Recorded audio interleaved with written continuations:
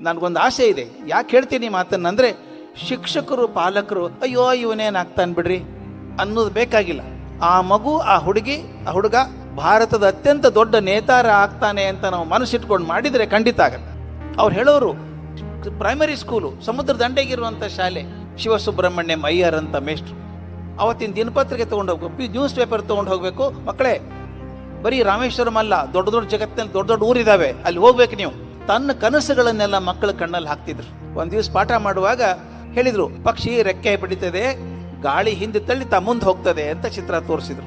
ಅರ್ಥ ಆಯ್ತೇನ್ರೋ ಅಂತ ಕೇಳಿದ್ರು. ಇಲ್ಲ ಅಂದ್ರು ಹುಡುಗರು. ಬರ್ರಿ ಹೊರಗೆ ಬಂದ್ರು, ಬೀಚ್ ಮೇಲೆ ಹೋಗೋಣ ಅಂದ್ರು.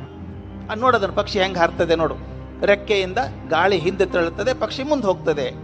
ಒಬ್ಬ ಹುಡುಗ ನಿಂತೇ ಇದ್ದ. ಸರ್, ನೀವು ಹೇಳಿದ್ದು ಸರಿ, ಪಕ್ಷಿ ತನ್ನ ರೆಕ್ಕೆ ಹಿಂದೆ ಗಾಳಿ ತಳ್ಳಿ ಮುಂದೆ ಹೋಗ್ತದೆ ಅಂತ ಹೇಳಿದ್ರಿ, ಆದ್ರೆ ವಿಮಾನ ರೆಕ್ಕೆ ಹೆಂಗೆ ಇರ್ತಾವಲ್ಲ ಸರ್ ವಿಮಾನದ್ದು? ಆ ಬಡ ಮೇಷ್ಟ್ರು, ಪ್ರಾಮಾಣಿಕ ಮೇಷ್ಟ್ರು ಹೇಳ್ತಾರೆ, ನನಗೆ ಗೊತ್ತಿಲ್ವೋ ಮಾರಾಯ, ನಾವು ವಿಮಾನ ನಿಲ್ದಾಣನೇ ನೋಡಿಲ್ಲ ಇದುವರೆಗೂ. ನೀ ನೋಡಬೇಕು, ನೋಡೋದಷ್ಟೇ ಅಲ್ಲ, ಒಂದು ಒಳ್ಳೆ ವಿಮಾನ ಮಾಡಿ ಚಂದ್ರನ ಮೇಲೆ ತೊಗೊಂಡು ಹೋಗು ಅಂದ್ರಂತೆ. ಆ ಮನಸ್ಸಲ್ಲಿ ಕೂತ್ಕೊಂಡ್ಬಿಡ್ತು ಹುಡುಗನಿಗೆ, ವಿಮಾನ ಮಾಡಬೇಕು ಅಂತ. ಇಂಜಿನಿಯರಿಂಗ್ ಮಾಡಿದ, ಅಮೆರಿಕಕ್ಕೆ ಹೋದ, ನಾಸಾದಲ್ಲಿ ಕೆಲಸ ಮಾಡಿದ, ಮಿಸೈಲ್ಸ್ ಅಂತ ಕಲ್ಕೊಂಬಂದ, ಭಾರತಕ್ಕೆ ಬಂದ ಮಿಸೈಲ್ ಮ್ಯಾನ್ ಆಫ್ ಇಂಡಿಯಾ ಆದರು, ಭಾರತ ರತ್ನ ಆಗಿ ಕೊನೆಗೆ ಡಾಕ್ಟರ್ ಅಬ್ದುಲ್ ಕಲಾಂ ರಾಷ್ಟ್ರಪತಿ ಆದರು.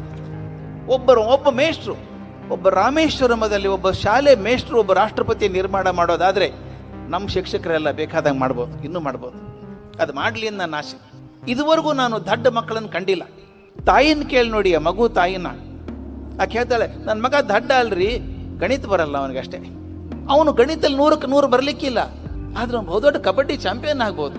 ತೆಂಡೂಲ್ಕರ್ಗೆ ಮ್ಯಾಥಮೆಟಿಕ್ಸ್ ಬರಲ್ಲ ಅಂತ ಅವ್ನ ಟೀಚರ್ ನನಗೆ ಹೇಳ್ತಾ ಇದ್ಲು, ನಮ್ಮ ಅಕ್ಕನ ಕ್ಲಾಸ್ಮೇಟ್ ಆಕೆ. ನಾ ಇದೆ ಬಿಡು, ನಿನಗೆ ಅವ್ನು ಮ್ಯಾಥ್ಸ್ ಬರಲ್ಲ, ಅವ್ನು ಇನ್ನೇನು ಮ್ಯಾಥ್ಸ್ ಬರಲ್ಲ ಅಂದೆ. ಅವನದೇನು ಮ್ಯಾಥ್ಸು ಅಂತ ಕೇಳಿದ್ಲು. ನಾಕಿಂಚ್ ಆಗಲ್ಲ, ಬ್ಯಾಟ್ ಹಿಡ್ಕೊಂಡು ನಿಂತ್ಕೋತಾನೆ.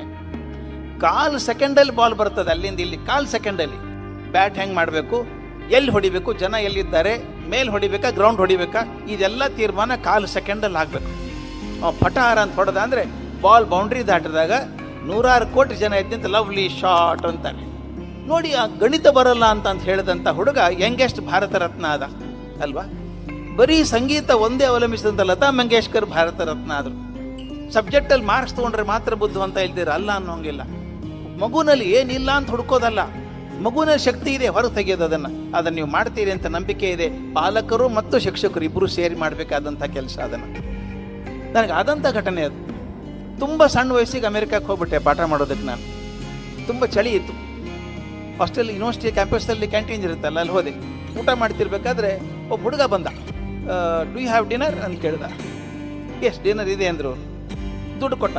1 for me 1 for the wall ಅಂದ. ನಾವು ವಾಲ್ ಅಂದ್ರೆ ಅವ್ನ ಫ್ರೆಂಡ್ ಇರಬೇಕು, ಇನ್ನೊಬ್ಬ ಇರಬೇಕು, ಹೆಸರು ಇರಬೇಕು ಅಂದ್ಕೊಂಡೆ. ಯಾರೂ ಬರಲಿಲ್ಲ, ಒಬ್ಬನೇ ಊಟ ಮಾಡಿ ಹೋಗ್ಬಿಟ್ಟ ಅವನು. ಒಂದು ಚೀಟಿ ಬರ್ದ, ಡಿನ್ನರ್ ಅಂತ ಬರೆದ, ಬೋರ್ಡಿಗೆ ಅಂಟಿಸ್ದ.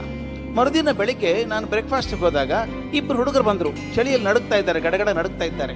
ಬಂದು, you have any breakfast on the wall ಅಂತ ಕೇಳಿದ್ರು. ಅವ್ನು ನೋಡ್ದ, ದರ್ ಆರ್ 2 ಬ್ರೇಕ್ಫಾಸ್ಟ್ ಅಂತ. Can you give us? Okay ಅಂದ. ಅವು 2 ಚೀಟಿ ತೆಗೆದ, ಇಬ್ಬರಿಗೂ ಬ್ರೇಕ್ಫಾಸ್ಟ್ ಕೊಟ್ಟ. ಅವ್ರ ಕಡೆ ದುಡ್ಡು ತಗೊಳ್ಳಿಲ್ಲ. ನನಗೆ ಅರ್ಥ ಆಯಿತು, ಹೋಟೆಲಿಗೆ ಬಂದಂಥ ಅವ್ನು ರಾತ್ರಿ ಊಟ ಮಾಡಿದ ಹುಡುಗ 2 ದುಡ್ಡು ಕೊಟ್ಟಿದ್ದಾನೆ ಅಂದರೆ ಒಂದು ಫ್ರೀ ಊಟ ಅಲ್ಲಿ ಹಾಕ್ಬಿಡ್ಬೇಕು. ಅಕಸ್ಮಾತ್ ಯಾವುದೋ ಹಸಿದಂಥ ಹುಡುಗ ಅಲ್ಲಿ ಬಂದರೆ ಬ್ರೇಕ್ಫಾಸ್ಟ್ ಹಾಕ್ಕೊಡ್ಬೇಕು. ಎಷ್ಟು ಚಂದದ ಮಾತ್ರಿ. ಜೀವನದಲ್ಲಿ ಬರೀ ನನಗೋಸ್ಕರ ಬದುಕಿದ್ರೆ ಯಾರೂ ನೆನಪಿಡಲ್ಲ ನಿಮ್ಮನ್ನು.